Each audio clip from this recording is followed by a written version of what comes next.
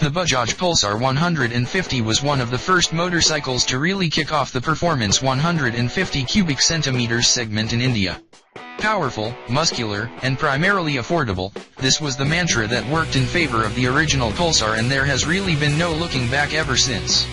However, this segment of motorcycles has seen an evolution over the past few years and now features European styling, improved dynamics, and even a bump in cubic capacity.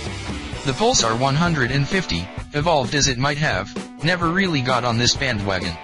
But Bajaj finally has a remedy to that in the form of the new Pulsar NS160. Of course, this doesn't mean that the Pulsar 150 will be replaced, far from it. It still contributes to a large number of sales for Devon in a slightly more commuter role, while this new NS160 will be squarely aimed at those customers who want a more premium and sportier motorcycle. It's got the looks. Bajaj really did a great job with aesthetics when they rolled out their original NS, the NS200, back in 2012. The bike saw a brand new design language for the Pulsar family that took inspiration from internationally successful high-capacity street naked such as the Honda CBR 1000R, and even 5 years on, it's still one of the best-looking bikes in its segment. So enthusiasts should really appreciate the fact that Bajaj has kept the styling of this new NS160 nearly identical to the 200S. All the panels, such as the bikini fairing, including the headlight, the chunky fuel tank with its extensions and the sharp tail, have been carried over without change.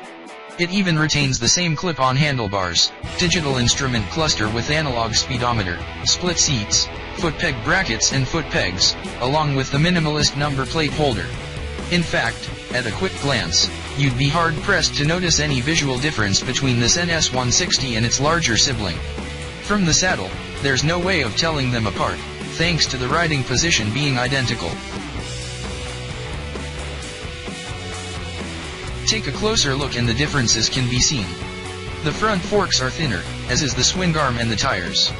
And since this has an air-cooled motor, the radiator shrouds are empty for the most part, though if you peep far enough inside, you can see a new oil cooler. The motor is visually smaller, with distinct cooling fins, and there is no rear disc brake either. You'll also notice a kickstarter on the right side of the engine casing, a feature notably absent on the NS200. With styling from a bike playing in a full segment higher, the NS160 is a good-looking motorcycle, no doubt. However, the skinnier forks and tires lend it somewhat of an odd look from certain angles. The analogy of a bodybuilder with chicken legs comes to mind. Big bike feel. As mentioned earlier, the seating posture is no different from the NS200, with an unchanged rider's triangle, the distances from seat to handlebars to foot pegs. This makes the NS160 feel like a much bigger bike than anything else in this segment as soon as you hop onto the saddle. While many might rejoice this, the Talish 805mm seat is higher than all its rivals, and though we don't think this will be a problem for anyone but the shortest of riders, the fact does remain that many buyers in this segment appreciate lower saddle heights. However, its 170mm ground clearance is the highest amongst its rivals, and something a lot of riders in India will be grateful for. Engine is the star. The real highlight of this Pulsar NS160 is its new engine. Lessons learned when creating the power plants for the Discover 150 and later the AS 150 have given birth to a 160.3 cubic centimeters, air-cooled, twin-spark motor which gets a 4-valve head as well as oil cooling. It makes a healthy 15.5 HP of peak power at 8,500 RPM and 14.6 Nm of torque coming in 6,500 RPM. With the most power and second most torque in its segment, the performance is really noticeable. We weren't able to record any performance figures during our short test ride, but the motor just loves to rev and the acceleration is rather brisk. But more impressive than that is the engine's sheer tractability.